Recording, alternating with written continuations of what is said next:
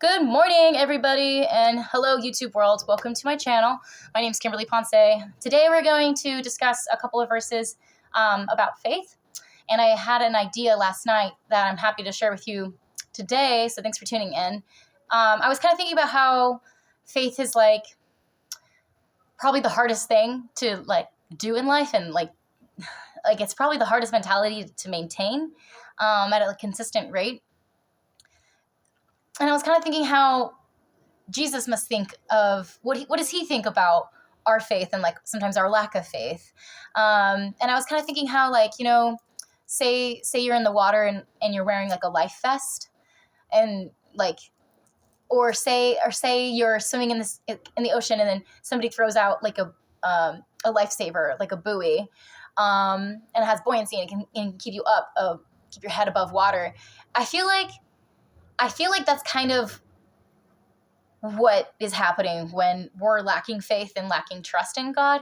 Is we know that the life vest we're wearing is going to keep us above water, but we still doubt the functionality of it. And it's interesting. It's one of the most challenging things, and it's definitely challenging me recently too. But if you believe it and you ask with faith, it will happen for you. And knocking and he shall answer, seeking ye shall find. Yeah. So it's what do we even have to worry about? God's got us. God has I have plenty of things to be stressed out about, and everybody has plenty of things to be stressed out about every day. But if we just trust in the life vest that we're wearing, or the buoy that's out in the ocean, and the buoy is being held up by its own, and we're clutching onto it, and it's we're expecting it to not hold us up. But we have to have faith that the life vest we're wearing, or God's armor on us, and having faith will keep us afloat. Let's see. Matthew 21:22. And whatever you ask in prayer, you will receive if you have faith. I feel that just kind of says it all. Luke 1:37, for nothing will be impossible with God. And 2 Corinthians 5:7, for we walk by faith, not by sight. Yeah. And Romans 10:17, so faith comes from hearing, and hearing through the word of Christ. I guess it's a short video, but it just made a lot of sense to me last night when I was thinking about it. It's when we claim that we love Jesus and that we trust him and that we're Christians, then we have no room to doubt that he's going to come through for us. We just can't lean on our own understanding. We're just the pieces. God created everything. Oh yeah, there was actually a verse that touched my heart the other day, and I was going to share it, but my storage got full on my phone or something, and it just stopped recording.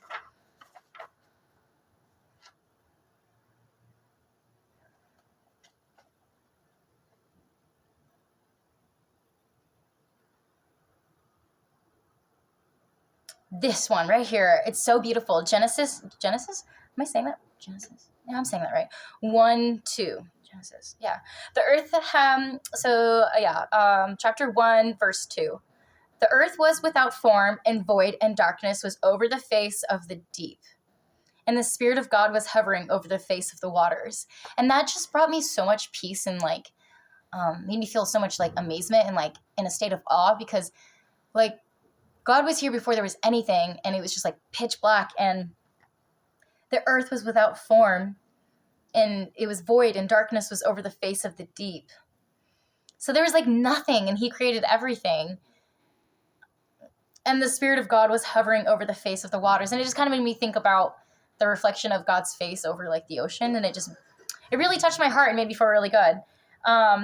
So if he's able to create the entire world as we know it in 7 days, I think he can help you out with whatever it is you're asking him for in prayer. We just have to, it's just the hardest thing for humans, because we rely on our understanding of what's in front of us, and we're so conditioned to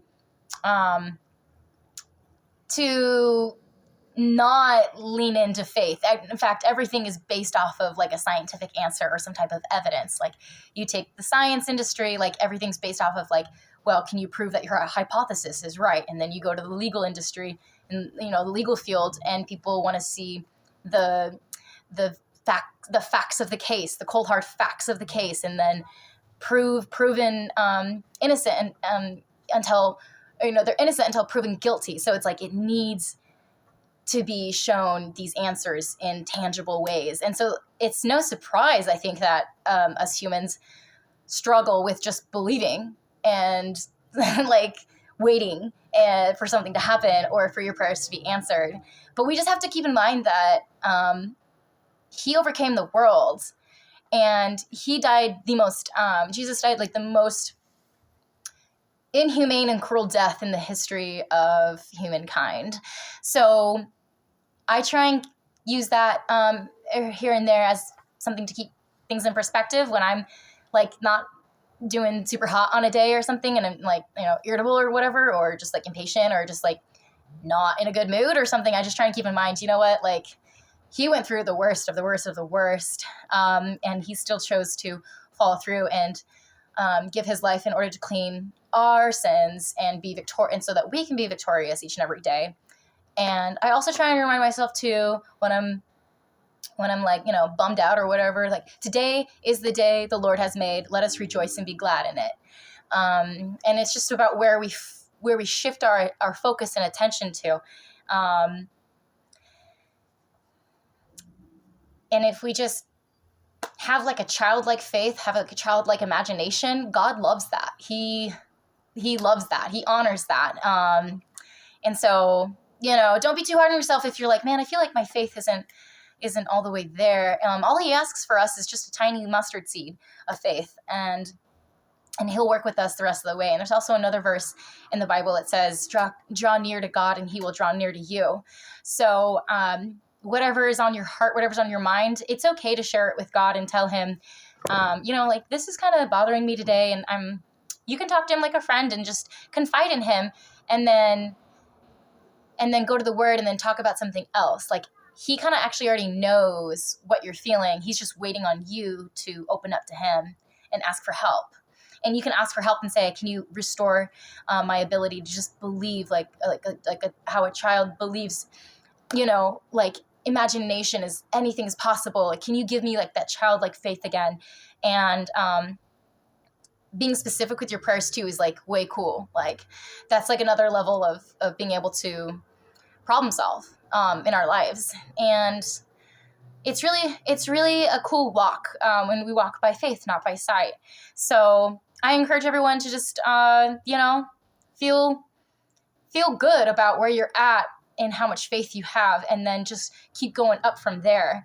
Have self-compassion for yourself. That's like the antidote to any shame or humiliation or anyone trying to like guilt you. Like self-compassion is the antidote to all of that. So, self-compassion and pick up your own heart and carry your own heart and ask God to guide your steps, your thoughts, and your actions for the day. And you can tell him. You can even be a little bit angry when you're talking to him, because it's okay. Like, it's okay to express. He already knows that you're feeling this way or that way. Or if you're super ecstatic, and you can come to him. He's okay. He's not going to be. He's not going to turn you away just because you're coming to him full of frustration and honestly even like a little bit of resentment, because at times it can turn into that, and our faith can be tested because we're waiting for so long for the prayer to be answered. But there's a reason in the wait, and there's a purpose in the pain. We just can't lean on our own understanding. We're just human. We're just like little sweaty bipedals that have emotions, and we recreate what we wish in life, and procreate, and like that's what we're doing in this life, but we don't have any understanding of like how God actually works. Like, it's amazing, it's breathtaking, it's mind-boggling. It literally boggles me every time I think about how sometimes he places things right in my path that resonate with me, and I'm like, that's absolutely God speaking to me right now. And I'm like, how do you do that all the time? And it's like even little things like like little signs throughout my day, and I'm like, wow, you have so much grace. It's endless grace. And it's also important to keep in mind, at the forefront of our minds honestly should always be gratitude for the life we have, no matter the trials that we're experiencing at the moment. Because it's a time where we can glorify God and draw near to him, and he will go ahead of us and make our crooked path straight. So we're set. We're solid. All he asks of us is a little mustard seed, and then he can help you stretch that.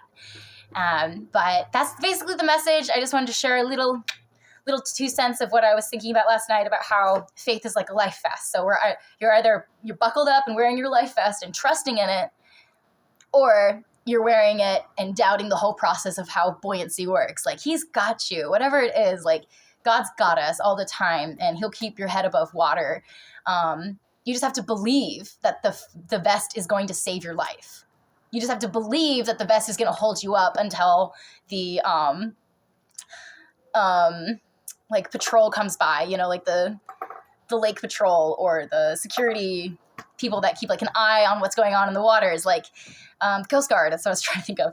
And like, you have to believe that he's sending aid, he's sending help. Just keep your head above water with that life vest. He's got you. Have faith. It's like the most hard thing, I think, in life is to continue to try and stay positive in your mentality as you go about events throughout your day that you weren't expecting. You have to adapt. That's like another thing about modern day nowadays, is like being able to adapt to the situation you're finding yourself being tested in. And we just have to believe that faith is the key. If we ask with faith, it will happen. See it in your mind, visualize it. My soccer coach used to train us for the penalty kicks and say, okay, before you shoot your goal, before you take your shot at this penalty kick, I want you to visualize what corner of the goal it's going to go into. And that was really helpful for me when I learned that in high school. Because then I transfer that to other areas of my life. Like, I'm going to get an A+. I'm going to graduate with honors. I'm going to be a good steward of the resources God gives me. And you visualize yourself being successful the same way that our soccer coaches taught us to visualize which corner of the goal you're going to kick the soccer ball into. So positive visualization, you can see yourself saying, this is my testimony, God answered my prayers. Like, act as if it's already happened. Plug yourself into the equation of it's already happened. It's happening for me.